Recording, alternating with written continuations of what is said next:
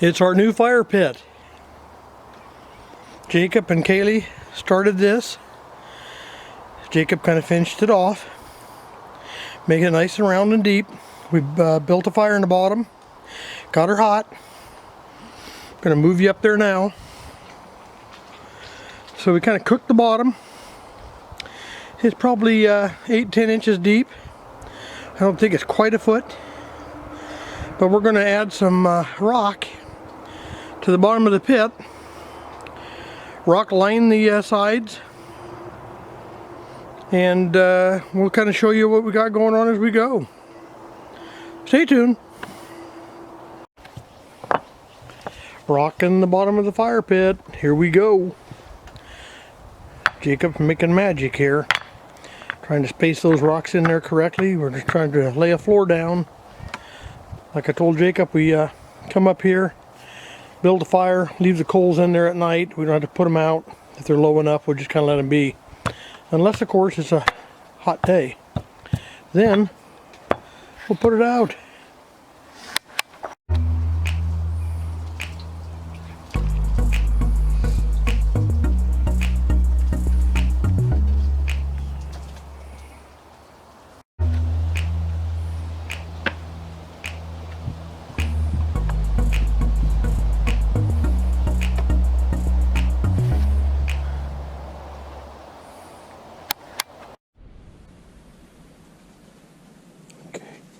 All right. Jacob, you want to hand me the sledgehammer? Just hold it, hand it across. There you go. Thank you, bud. Okay. So here we go. Putting in stake number 2 on the Redneck Campfire cookery set. Boy, this is tall. Of course, I'm standing downhill. I just hope I'm going straight up and down. Now this side's a little harder to pound in. That's probably a good thing, no? Okay, I don't know if I can do that or not. This thing is just heavy enough. Oh. Talk about your drive time. Smash. Get back to you.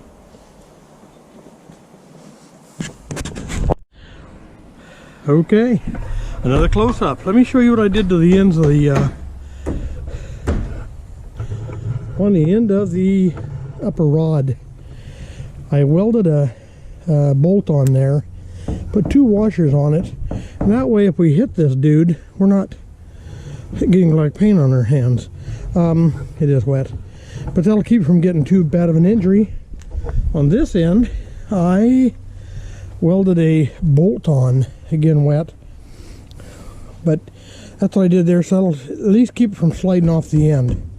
You know, continuing on with the Redneck way, you use what you got. Bolts, washers, nuts, screws, I got all that crap, so we're incorporating it into the tie bar. I do have my lantern holder up here. Got that up in place. So yeah, there'll be more, I'm sure. Okay guys, guess what? I have a special guest here today. Again, Tayuti. How you doing, bud? Little Tayut. Just wanted to welcome everybody to the Oregon Trail. In case you didn't know it, behind me we have the original Oregon Trail. How do I know that? Well, because my 2 grandkids just built it, that's why. It's right here behind us. Can you see it? Well, maybe not. So, let me and Tayuti take you for a walk down the new Oregon Trail. And welcome to Oregon. Okay, Tayuti, let's take these folks for a walk, shall we? All right. Looking ahead. There she be. Isn't that beautiful? Now, my 2 grandkids, Jacob's 14, Kaylee is 10, they did this all in about 2 days' time. Out of school, they're kind of bored, and they said, hey, Pop, do you mind if we get out there in the woods and blaze in a trail? And I said, nope, go for it. I figured they'd go about 20, 30 feet because the blackberry briars, all the ivy across the trail. It's horrific out here. But no, they exceeded my expectations by plowing ahead. So let me just take you for a walk. We're going to show you the Oregon Trail, because we are in Oregon. It is a trail, so I consider this the Oregon Trail. Today, Friday, it rained a little bit this morning, not bad, but we've had a couple of days. It's been pretty nasty around here, just a lot of rain. So of course we find other things to do. Now if you look beside me here, there is my spring. It is empty right now. It dried up. Again, for some reason, we're doing without a spring this year. It just dried up on us. Maybe it knew something was coming, right? Okay, down the trail we go. Now if you look ahead, there's a really nice little canopy area. I told the kids this would be a great spot to camp, because you get back in here. Look at that, huh? Right here, nice level spot. This could be a spot right there. I don't know if I'd want to sleep down here in the trench. This is where the water flows through. We do not get flash flooding out here. Not like you guys do back in Nevada and some of them places. I don't know if you can see that tree hollowed out there. Me and Jacob were out here one day. It was semi-wet. We're looking in there going, what is that in the bottom? Is that an animal in there? But we think it's just old rotten dead wood. First we thought we had an animal in there. It wasn't. Dadgummit. No surprise.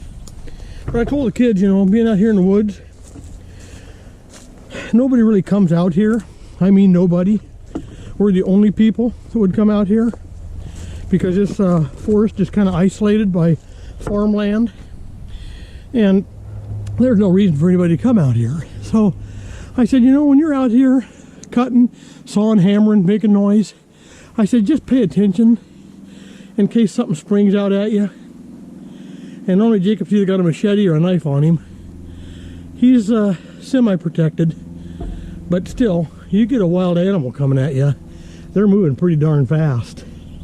Oh wait, is that a wild animal I see right there? What is that? It looks like a bobcat. Or is it a cougar? What the? Oh, it's Coyote. Coyote. What the heck, little buddy? Now, behind Coyote, there is a indentation in the ground. We found a 55-gallon drum, the top cut off, full of dirt. As far as I know, it's been there 30, 40 years probably. Very, very thick metal barrel, so it's an older one. We dug it out and took it up to the cabin. We got it on its side, and we've been stuffing it full of firewood. So for now, we're going to use that dude. You can see we have trees down. They just voluntarily come down when they want. I need to get my chainsaw, get out here and cut me up some wood. I believe that is an alder. Don't quote me. I'm not a logger. This one here happens to be a cherry tree. And we have quite a few of those around here too. They just automatically just come up on their own. It does not produce cherries, however. Now this guy, if you look, got blooms on it because it's still attached to the ground. It's still alive. But we can't leave it here like that, so we'll probably cut him up. So anyway, there will be more on the trail, more on the forest, and I do have more coming up on the Campfire rock, because Jacob is down there working on it now, doing his masterpiece. Couldn't come up with a word. Anyway, we'll get back to you. Okay, we have Jacob started on the rock. He is placing in, this is the side that we're all sitting on.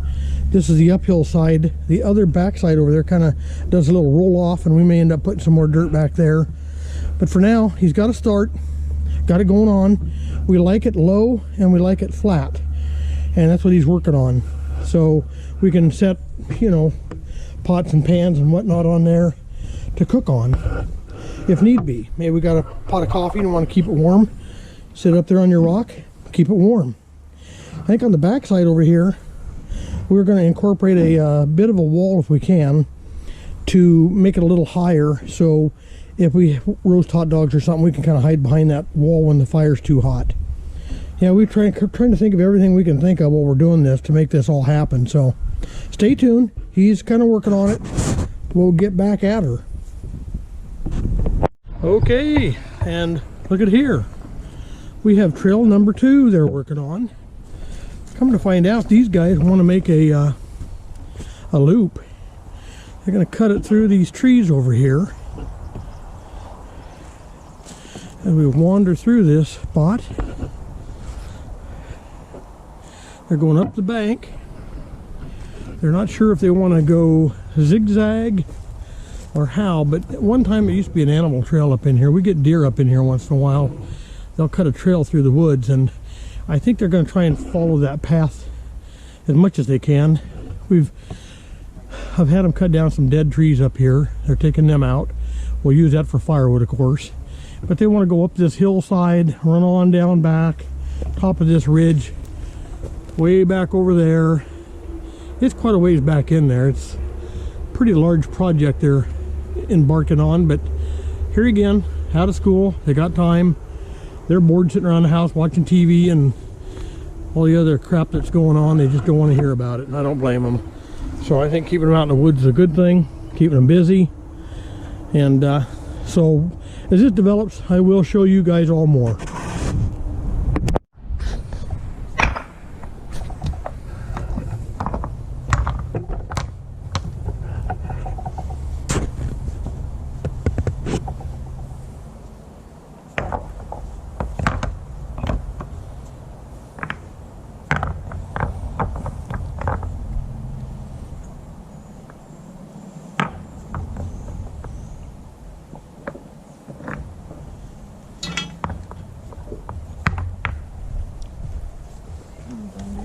I'm gonna take this bar out.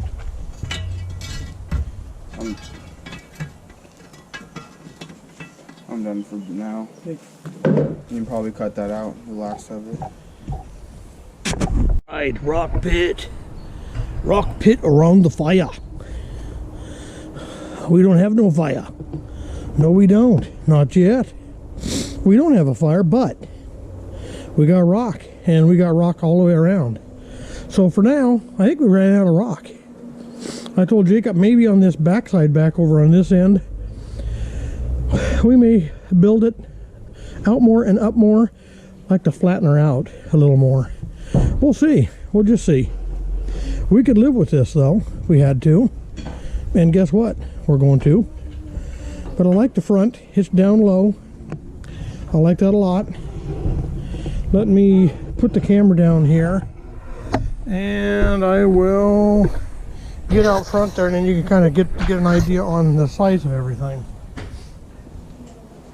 But here again, we can kneel down on the rock right in front of the pit. Get right to it, right handy. So we like that. Lots of flat spots up here. Putting our pots and pans on, cooking, keeping them warm. We will like that. Now stick with me. More coming, as always.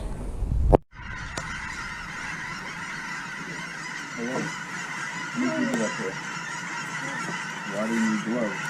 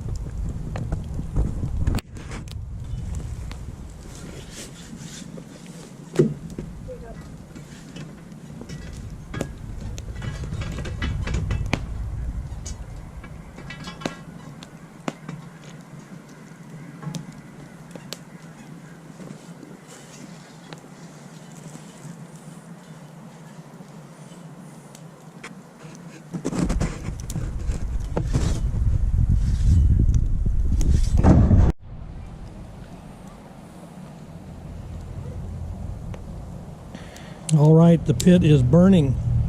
Look at that. We got some cedar boards, Some old oak limbs have been laying around here. We chopped up. Jacob chopped up, I should say. I get no credit for that. He's been my woodcutter here so far. Kid's been after it. But I like to rock around the thing with the crossbar on, post in. I think everything fits well. Once we kind of get this thing broke in a little bit, maybe we can do a little cooking up here. Jacob happened to touch these rocks right here in the front here by the camera, and he said they are very hot.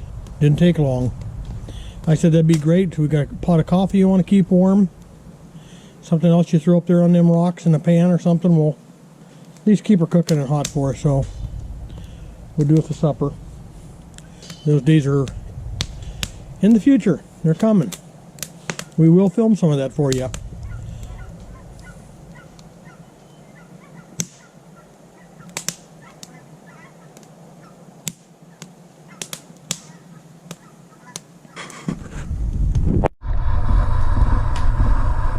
Hey, what do you say? Well, I'm going to try to put on a board down here on the bottom. Hope you all can see that. Now we just put a bunch of fresh dirt in here under my feet. It's very soft here. So if I go slip sliding away, it's because the ground is very soft. Sorry, Jerry. Sorry, Jerry. Okay, I don't know if that's straight up and down or not, people. Let me come over here and take a look. Oh, not bad. Yo! Oh, goddamn dog. Sorry, buddy. Sorry, buddy. Hey. Who was that, large Albert? Huh? Albert something? Okay, so there it is, people. One board added on, and the reason for that, I'm gonna put a deck on here. I gotta come off that board. For this guy, very, very temporary.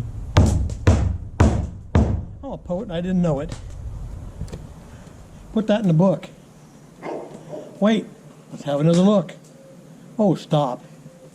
Anyway, I'm putting that on, trying to cover up that big, ugly bottom board. It's cracked. Too many holes in it. We're going to have visitors coming in. Don't want that. So, for now, I'll put that dude on. Sorry, Jay. My nails are loose there. They're kind of poking out. I'm going to shut you off. I'm going to nail that up. Because I don't want to make Jerry mad. Too noisy. His poor virgin ears. I mean, he's like 50 years old, and his ears are so good that every little tap on the camera sounds like a sledgehammer to him. So I don't want to upset Jerry. He is one of my favorite nephews, and I'm sure my Christmas gift would look very bad if I didn't help him out a little bit. I'll probably get a rubber hammer or something, and then I couldn't nail nails with it, of course. So that wouldn't work for me, Jerry, just saying. That won't work. Now, Anne Marie, his sister, she doesn't seem to mind the loud hammering. She let her rip.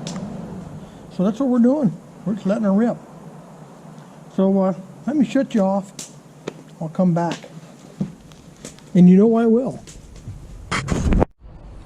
Okay, bottom board nailed on. It may not be the prettiest board you ever laid your eyes on, but it'll do the job. There it is, nailed up. That'll get me by, right? Gotta get me by. Okay.